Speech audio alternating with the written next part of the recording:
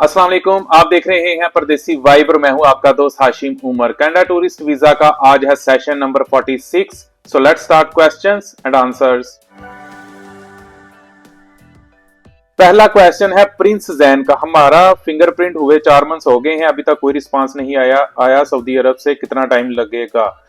Saudi अरब से अभी जो एवरेज टाइम है वो 4 महीने लग रहा है मैक्सिमम। 4 महीने से पहले पहले रिजल्ट आ रहा है।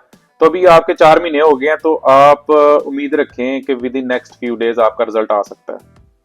नेक्स्ट क्वेश्चन है शुजा रहमान का। अस्सलाम वालेकुम ब्रो, मैंने यूएई का विजिट वीजा वर्क परमिट में कन्वर्ट करवाया है 6 मंथ्स पहले, और मैंने अप्लाई भी किया किया कनाडा विजिट वीजे के लिए। इससे मेरी प्रोफाइल पर कोई बैड इम्पैक्ट तो नहीं जाएगा कनाडा इमिग्रेशन को? देखें, जब आप ऑनलाइन फॉर्म फिल करते हैं तो आपने अपनी एम्प्लॉयमेंट हिस्ट्री बतानी होती है। तो अभी आप यूएई में टूरिस्ट वीजा पे थे या विजिट वीजा पे थे, तो आपने वर्क वीजे पे गए हैं, तो जारी बात है आपने फॉर्म के अंदर ये मेंशन किया होगा कि अभी 6 महीने पहले मेरा विजिट वीजा उसमें कन्वर्ट हुआ वर्क वीजे पे। तो नेगेटिव इम्पैक्ट तो पड़ेगा, क्योंकि इससे आप जिस कंट्री में काम कर रहे हैं वहां पे आपकी टाइज वीक शो हो रही हैं। तो इसलिए जब भी कोई आदमी सऊदी अरब जा रहा है, यूएई जा रहा है, वहां पे तकरीबन 1 से 1.5 साल 2 साल काम करें, उसके बाद आप कनाडा के लिए अप्लाई करें। नेक्स्ट क्वेश्चन है आतिफ अली का। हाशिम भाई, न्यू ईयर के बाद कौन सा प्लान डालना चाहिए? मैं अभी अप्लाई करने लगा हूं, बट न्यू ईयर के अलावा 2024 में किस मंथ का? अगर आप घूमने फिरने के लिए आ रहे हैं तो फिर आप अप्रैल मई से ऑनवर्ड प्लान डाल लें। अप्रैल भी डाल सकते हैं, अप्रैल के एंड तक मौसम अच्छा हो जाता है, उसके बाद मई जून जुलाई ऑनवर्ड आप डाल सकते हैं। लेकिन अगर आप उससे पहले डालना चाहते हैं तो फिर कोई ना कोई स्ट्रॉन्ग जो है ना पर्पस होना चाहिए। कोई रिलीजियस एक्टिविटी इधर हो, या फिर आप कह सकते हैं कि प्रोफेशनल से आपके प्रोफेशन से रिलेटेड कोई इवेंट्स, कोई सेमिनार्स हो रहे हो तो फिर। अदरवाइज घूमने फिरने के लिए अगर आ रहे हैं तो फिर अप्रैल के बाद। ठीक है। तो नेक्स्ट क्वेश्चन है इश्तियाक अहमद का। Is it necessary to write cover letter or itinerary point to point is sufficient? जी, कवर लेटर लिखना ना बहुत जरूरी है, मैंडेटरी नहीं है लेकिन बहुत जरूरी है। नेक्स्ट क्वेश्चन है यूजर का। Can we convert visa to work in Canada? जी, ये बहुत सारे लोगों ने बार बार ये क्वेश्चन करते हैं। जी, आप कर सकते हैं। विजिट वीजा वर्क वीजा पे कन्वर्ट होता है, लोग बहुत करते हैं इधर आके, लेकिन आपके अंदर 2 स्किल्स होनी चाहिए, एक प्रोफेशनल स्किल्स, दूसरी job searching skills. Next question है एफएल वीलॉग्स का। अस्सलाम वालेकुम ब्रदर, मैं ये पूछना चाहता हूँ कि कनाडा में एलएमआई, लीमा नहीं होता, एलएमआई होता है। एलएमआई ये वर्क परमिट के बाद पीआर के लिए क्या एजुकेशन जरूरी है? Please inform me. Irfan Binder. Education जरूरी नहीं है, लेकिन आइल्स जरूरी है। आइल्स भी वो डिपेंड करता है कि आपका प्रोफेशन कौन सा है। फॉर एग्जाम्पल, अगर कोई बंदा ट्रकिंग में है तो वो 1-2 साल काम कर रहा है, उसके बाद उसने पीआर के लिए अप्लाई करना है, तो ट्रकिंग के लिए बहुत कम बैंड्स चाहिए, 4.5 5, मतलब टूटी फूटी सी जिसको इंग्लिश आती है ना, उसका भी वो आइल्स चल जाता है। तो ये एजुकेशन मैटर नहीं करती, आइल्स मैटर करता है, और वो आइल्स भी कितना होना चाहिए वो भी प्रोफेशन टू प्रोफेशन वेरी करता है।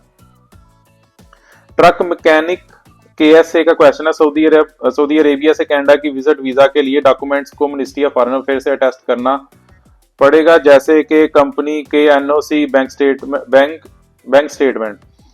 जी, ये मैंडेटरी नहीं है। सऊदी अरब से अगर आप बैंक स्टेटमेंट ले रहे हैं, एनओसी ले रहे हैं, तो ये फॉरेन अफेयर से इसको अटेस्ट करवाना मैंडेटरी नहीं है। नेक्स्ट क्वेश्चन है आमर अली का। सर, मैं साउथ कोरिया में रहता हूँ, मेरी सैलरी $4000 है, अगर कनाडा के वीजा अप्लाई कर सकता हूँ? आंसर, आप $4000 आपने लिखा, लेकिन ये नहीं मेंशन किया कि 4000 यूएस डॉलर्स हैं या 4000 कनेडियन डॉलर्स हैं।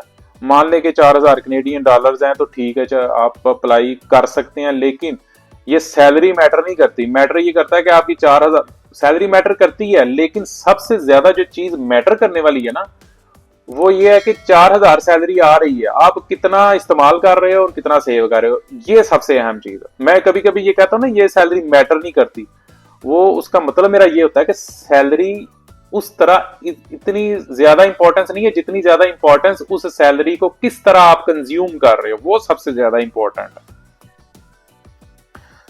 भाई जी आंसर, ये जो सऊदी अरब से आए हैं इनकी ट्रैवल हिस्ट्री थी कि नहीं बताना प्लीज, थैंक यू। ये जो भी रिसेंटली भाई आए इनकी ट्रैवल हिस्ट्री नहीं थी। नेक्स्ट क्वेश्चन है, अस्सलाम वालेकुम ब्रदर। वालेकुम सलाम। Do we have to fill 10 years history fully but there is only 3 columns? In this video you just filled 1 to 2 years of history. My question is how to fill 10 years history in 3 columns. देखिए 3 columns दिए हुए हैं उस form में, ये 5 to 57 form की बात कर रहे हैं।